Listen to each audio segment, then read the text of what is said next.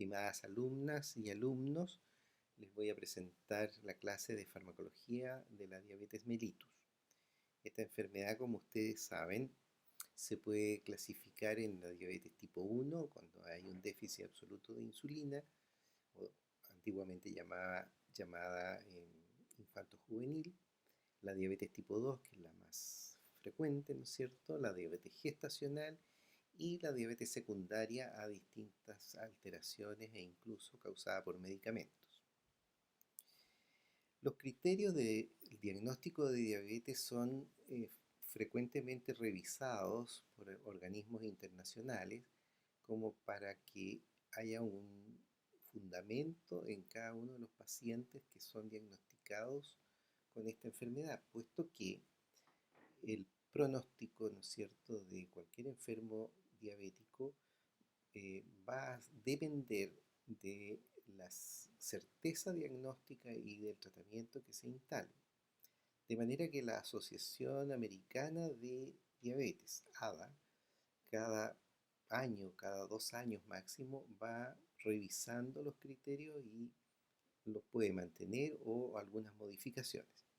En general, estos criterios que actualmente están vigentes ya llevan algunos años y quiere decir que han sido suficientemente certeros.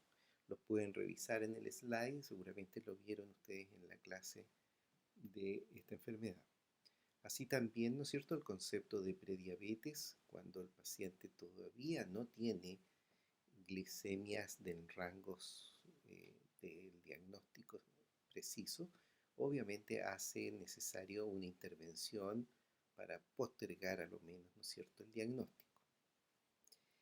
Respecto a la farmacoterapia de los pacientes con diabetes mellitus, podemos señalar que el objetivo de este tipo de tratamiento es mantener un nivel de glucosa sanguínea dentro de los parámetros más cercanos a lo normal, con una hemoglobina glicosilada también lo más cercano a lo normal, y asegurar de esa manera que las principales complicaciones, que como ustedes saben son a nivel microvascular, a nivel de riñón, de retina, de nervios periféricos, se postergue o idealmente no aparezcan.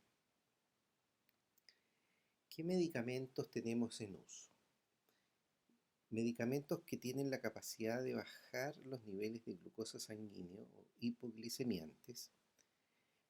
Tenemos la posibilidad de actuar sobre la célula beta pancreática, es decir, donde se produce y se libera la insulina necesaria para lograr el equilibrio, digamos, del nivel de glucosa.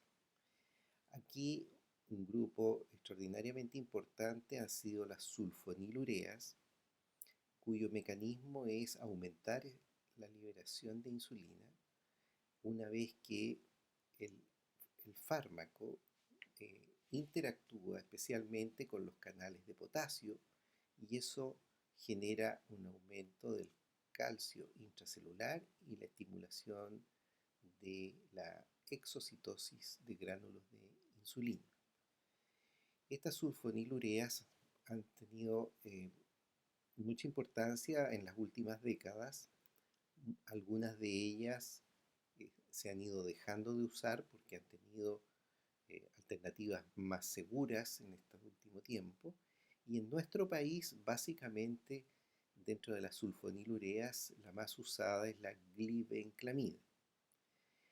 Muy similar en cuanto a su mecanismo de acción, que solo difiere en el área que es ocupada en el canal de potasio, son las glinidas, tal como la nateglinida o repaglinida, que por ser muy parecidas, en realidad no han tenido un espacio en la indicación médica tan importante como lo ha sido para las sulfonilureas.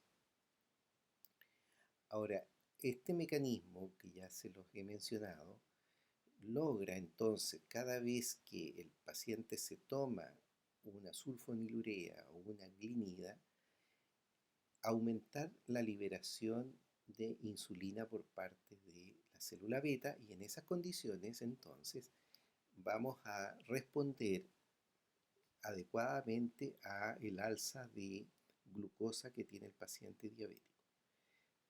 Este mecanismo se ve, digamos, también favorecido y a veces también complicado, porque en el caso de la sulfonilurea hay muchas posibilidades de interacciones, y una de ellas que vale la pena mencionar es el hecho de que pueden interactuar con fármacos tan conocidos y usados como los antiinflamatorios, que interactúan en el nivel de unión a proteínas plasmáticas, y eso puede generar que se potencie el efecto hipoglicemiante.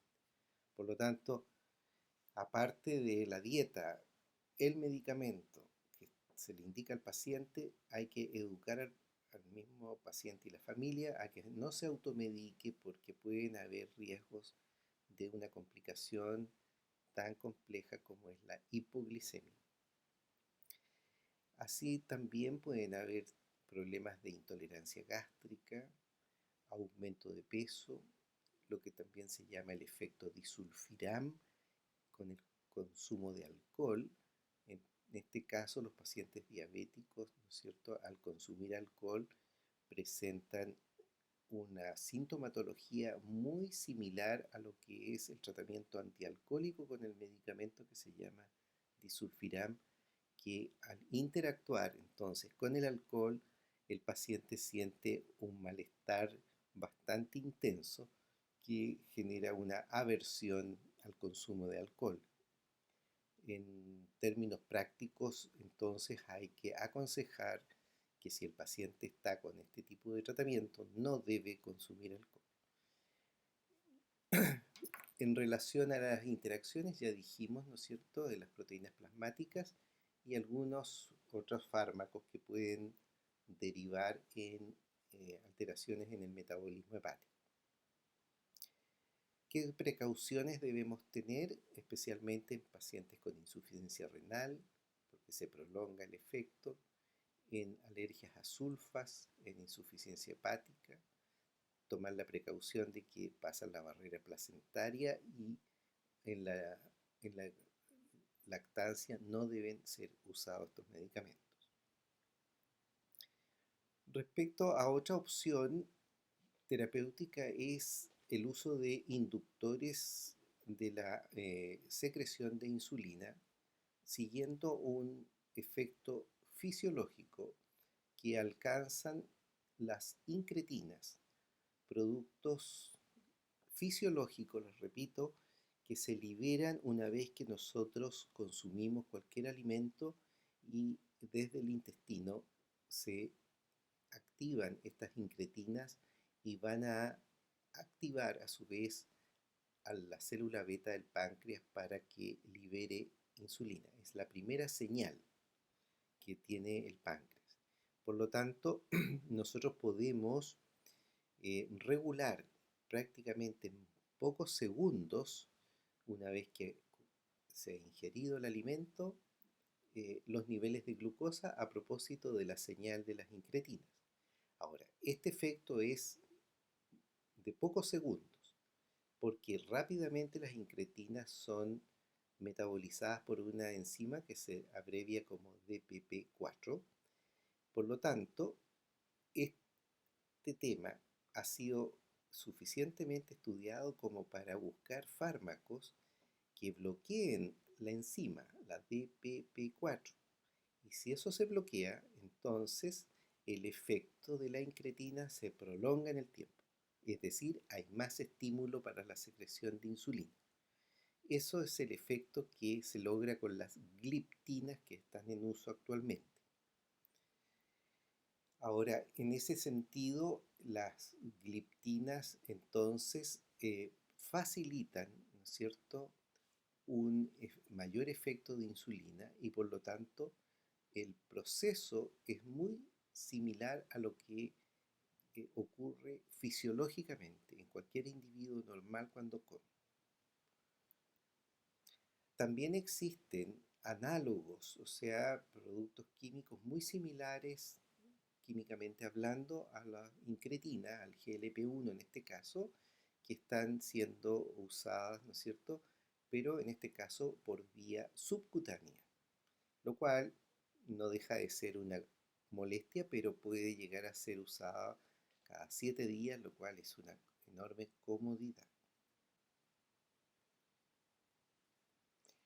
Interactuar a nivel extrapancreático se puede hacer con fármacos que mejoran la sensibilidad periférica a la insulina.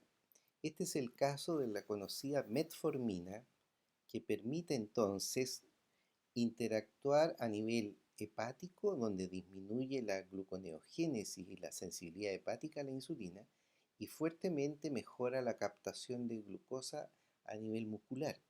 Eso representa entonces un efecto periférico de gran importancia para el paciente, ¿no es cierto?, diabético. Así también este fármaco tiene características cinéticas interesantes. No se fija a proteínas plasmáticas, no se metaboliza, pero se excreta exclusivamente a nivel renal.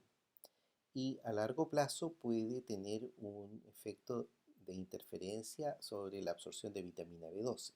Así también puede interferir en la absorción de glucosa a nivel intestinal. Eso puede, como vamos a ver, influir en algunos efectos colaterales, especialmente al principio del tratamiento. Esto genera que recién les decía algunas molestias que pueden ser el meteorismo, ¿no es cierto?, y la diarrea, pero son fenómenos normalmente transitorios dentro de los 7-10 primeros días de tratamiento. La metformina no debería usarse en pacientes que tienen insuficiencia renal, porque obviamente es la única vía de excreción, y así también en situaciones más críticas que podrían determinar o un problema, ¿no es cierto?, de sobrecarga a nivel hepático, en caso de un alcoholismo, o circulatorio, ¿no es cierto?, para fines de la excreción, una insuficiencia cardíaca grave. Este tema lo vamos a seguir en la parte 2 de la clase, donde vamos a revisar entonces otros fármacos que pueden ser usados en pacientes diabéticos y por supuesto la insulinoterapia. Muchas gracias.